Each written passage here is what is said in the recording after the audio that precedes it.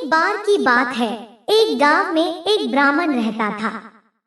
वह सुबह उठता, नहाता, पूजा करता, खाना खाता और फिर सो जाता था। उसके पास किसी भी चीज की कमी नहीं थी।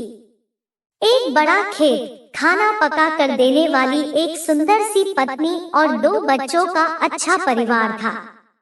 सब कुछ होने के बाद भी ब्राह्मण के घरवाले एक बात से बहुत परेशान थे। वो बात यह थी कि ब्राह्मण बहुत आलसी था। वो कोई भी काम खुद नहीं करता था और दिन भर सोता रहता था। एक दिन बच्चों का शोर सुनकर ब्राह्मण जाग गया और उसने देखा कि उसके दरवाजे पर एक साधु महाराज आए हैं। ब्राह्मण और उसकी पत्नी ने साधु महाराज का स्वागत किया और उन्हें भोजन कराया। भोजन के बाद ब्राह्मण ने साधु की खूब सेवा की। साधु महाराज उनकी सेवा से बहुत प्रसन्न हुए और उन्हें वरदान मांगने को कहा। ब्राह्मण ने वरदान मांगा कि मुझे कोई भी काम न करना पड़े और मेरी जगह कोई और मेरा काम कर दे। तब साधु उसे वरदान में एक जिन्न देते हैं और साथ में यह भी कहते हैं कि जिन्न को हमेशा व्यस्त रखना।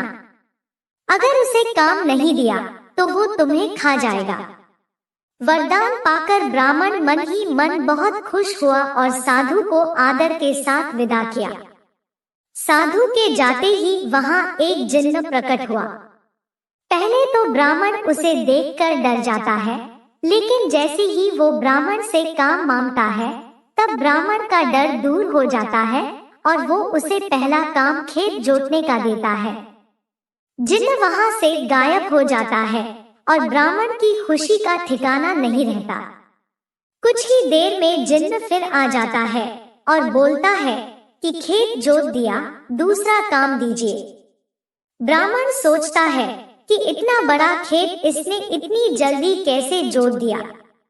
ब्राह्मण इतना सोच ही रहा था कि जिन्न बोलता है कि जल्दी मुझे काम बताओ, नहीं तो मैं आपको खा जाऊंगा।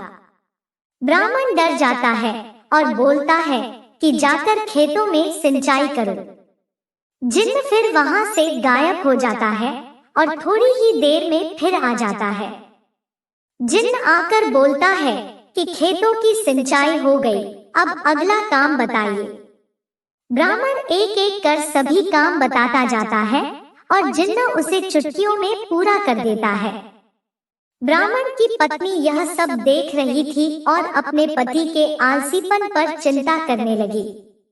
शाम होने के पहले ही जिन्न सभी काम कर देता था। सब काम करने के बाद जिन्न ब्राह्मण के पास आ जाता और बोलता कि अगला काम बताइए, नहीं तो मैं आपको खा जाऊंगा। अब ब्राह्मण के पास कोई भी काम नहीं बचा जो उसे करने के लिए कह सके। उसे चिंता होने लगी है और वह बहुत डर जाता है। जब ब्राह्मण की पत्नी अपने पति को डरा हुआ देखती है तो अपने पति को इस संकट से निकालने के बारे में सोचने लगती है। वह ब्राह्मण से बोलती है कि स्वामी, अगर आप मुझे वचन देंगे कि आप कभी आलस नहीं करेंगे और अपने सभी काम खुद करेंगे तो मैं इस जिन्न को काम दे सकती हूँ। इस पर ब्राह्मण सोचता है कि पता नहीं यह क्या काम देगी। अपनी जान बचाने के लिए ब्राह्मण अपनी पत्नी को वचन दे देता है। इसके बाद ब्राह्मण की पत्नी जिन्न से बोलती है कि हमारे यहाँ एक कुत्ता है, तुम जाकर उसकी पूंछ पूरी सीधी कर दो। याद रखना, उसकी पूंछ एकदम सीधी होनी चाहिए। जिन्न बोलता है कि अभी यह काम कर देता हूँ।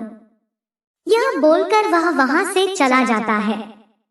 लाख कोशिश के बाद भी वह कुत्ते की पूंछ सीधी नहीं कर पाता और हार मान लेता है।